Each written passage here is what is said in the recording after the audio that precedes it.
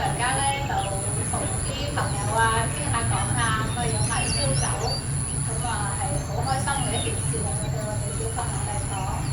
咁而家慢慢長大之後咧，就同啲同事啊，同埋家人啊咁樣都係一個好好嘅交流嘅場所咧，飲早茶係。但係而家咧慢慢啲預製菜多咗咧，就可能嗰個口感冇咁好啦，冇以前咁新鮮即整即即啊咁樣。但係咧好處就係佢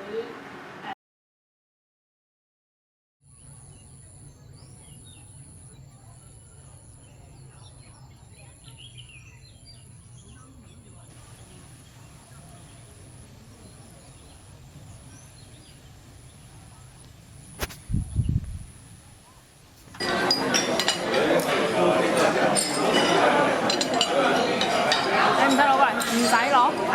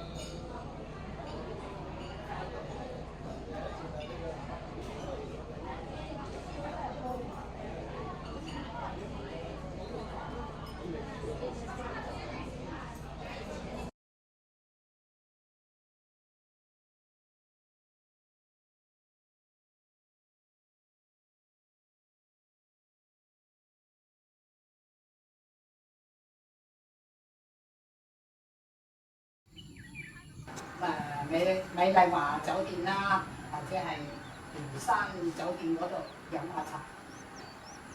所以咧，隨著呢個經濟好咧，咁啊我啲我哋退休啦，做咗幾廿年啦。退休以後咧，即係有時間啦，細路仔啊大。以前開工咧就冇咩時間飲早茶嘅，咁啊而家就係退咗休就得閒就成日去飲早茶啦。咁啊成日同埋嗰啲朋友去咧，咁就好開心啦，傾偈一時朝頭早10點好去到咧就在我印象中，早茶是那种主宰心情温暖的味道。在我以前小的时候，全家人都会在节假日或周末一起去附近的茶楼喝早茶。像蛋挞呀、虾饺这些都是我们每次必点的点心。普洱茶也是我们每次都必点的茶饮。全家人在茶楼里坐着一上午，从早上8、9点一直坐到中午12点，都是特别正常的。一整个早上就在美食的味道和家人的谈笑声中度过。大家一边品尝点心，一边谈着自己的生活，这种轻松融洽、和谐的氛围，让我感觉特别满足。后来上了大学之后。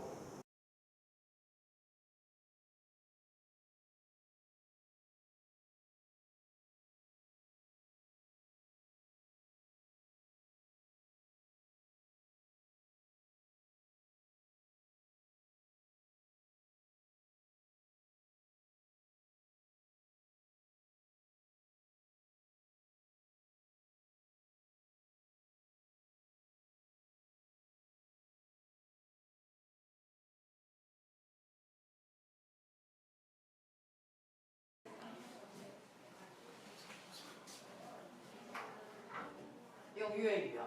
你说粤语的吧？你说的是粤语。我说普通话。我说普通话认冇明話。啊？你唔係講白話嘅咩？我不會。你的普通話聽起來就是個廣州人講的普通話。那你用普通話？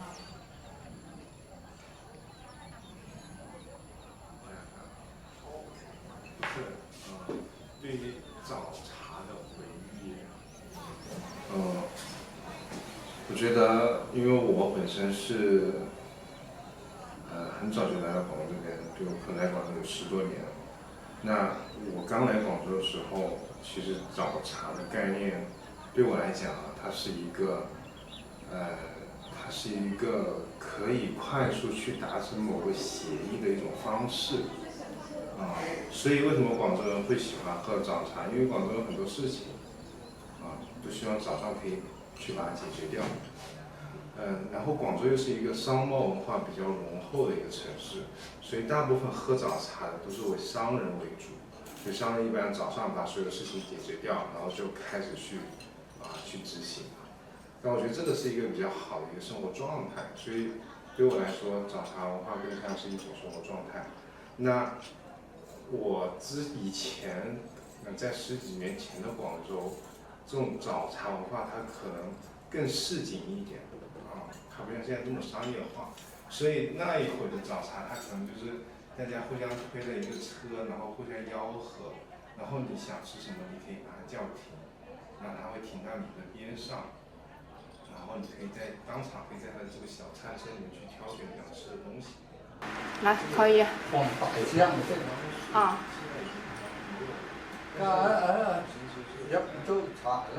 我小时候，我爸爸经常会带我去番禺的一个餐厅，应该说是酒家吧，叫湘江大酒店。然后呢，他们现在已经倒闭了，因为疫情。但是当时因为家住附近，所以经常去。那我最深的印象就是每一次一去拿完座位以后呢，我们就会去到那个龙屉那边去看有哪些点心，然后一个个的拿回到自己座位。然后爸爸非常喜欢点红葱头鸡跟爆炒花甲，好像是叫这个名字。然后另外一个跟这个回忆比较有趣的一点就是，但凡我有朋友或者说小伙伴來廣州玩嘅時候，早茶廣東嘅早茶文化咧，我係好中意嘅，因為細個嘅時候咧，阿爺咧會帶我哋去飲早茶。以前就係廣州咧，應該講係1盅2件啦。啲老人家咧就自己帶支燒酒咁樣，然後點個腸粉啊，點個粥啊咁樣，帶埋我哋啲小朋友就去食早餐。然後佢哋啲老人家咧就同啲朋友啊傾下講下，咁飲埋燒酒，咁係好開心嘅一件事嚟嘅，對我哋小朋友嚟講。咁而家慢慢長大之後咧，就同啲同事啊，同埋家人啊咁樣，都係一個好好嘅交流場所咧。飲早茶係但係而家咧慢慢啲預製菜多咗咧，就可能嗰個口感冇咁好啦，冇以前咁新鮮即整即啊咁樣。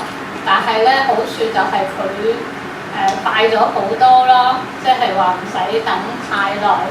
而且而家咧中西合璧咗之後咧，就係嗰個又有中點啊，又有西點啊，而且整嘅嗰個款式係越嚟越特別咯。以前就係燒賣啊、蝦餃啊呢啲比較大眾化嘅嘢，而家咧就多咗好多特色唔同嘅嘢。